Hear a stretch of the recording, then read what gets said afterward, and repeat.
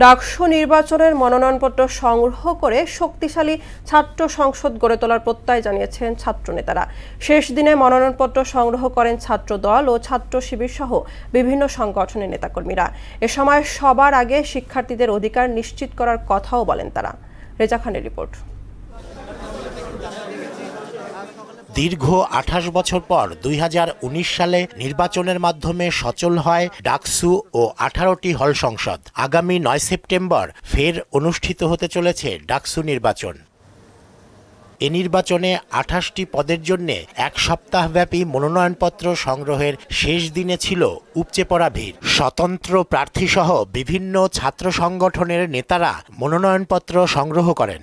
আমরা আমাদের যে নিজেদের স্বতন্ত্রতা, সেই স্বতন্ত্রতা জায়গা থেকে আমরা কাজ করছি। স্টুডেন্টদের যে পালস রয়েছে, স্টুডেন্টদের যে ম্যান্ডেট রয়েছে, সেই ম্যান্ডেট নিয়ে কাজ করতে চাই। এ সময় ইসলামী ছাত্র শিবিরের পক্ষে মনোনয়নপত্র সংগ্রহের পর ভিপি পদে Abu Saeed Kayum, GS S M Farhad ও এজিএস পদে মহিউদ্দিনের নাম উল্লেখ করে পূর্ণাঙ্গ প্যানেল ঘোষণা করা হয়।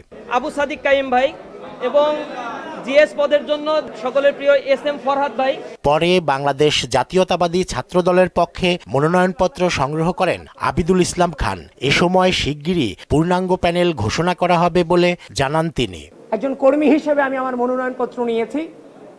এখনো পর্যন্ত বাংলাদেশ জাতীয়তাবাদী ছাত্রদলের প্যানেল প্রকাশিত হয়নি, নির্ধারিত হয়নি। বাংলাদেশ জাতীয়তাবাদী ছাত্রদলের কেন্দ্রীয় নেতৃবৃন্দ এবং বাংলাদেশ জাতীয়তাবাদী ছাত্রদলের সাংগঠনিক অভিভাবক জনাব তারেক রহমানের নির্দেশেই খুব দ্রুতই হয়তো আপনারা সে প্যানেল দেখতে পারবেন। এদিকে মোট ১৪৫টি মনোনয়নপত্র বিক্রি হয়েছে উল্লেখ করে এবারের নির্বাচন আনন্দঘন পরিবেশে অনুষ্ঠিত হবে বলে প্রত্যাশা জানান প্রধান রিটার্নিং কর্মকর্তা অধ্যাপক জসিমউদ্দিন। আনন্দ মুখর পরিবেশে চমৎকার একটা ডাকসু ইলেকশন হবে। আমাদের ছাত্রছাত্রীরা বাংলাদেশ যখন যেখানে বিপদে পড়ছে তারা সবসময় উদ্ধার করেছে। সুষ্ঠু নির্বাচনের জন্য সবাইকে দায়িত্বশীল আচরণ করার পরামর্শও দেন তিনি। এখন পর্যন্ত আমরা প্রার্থীদের কোনো দাবি এ ধরনের কোনো কিছু আসে নাই।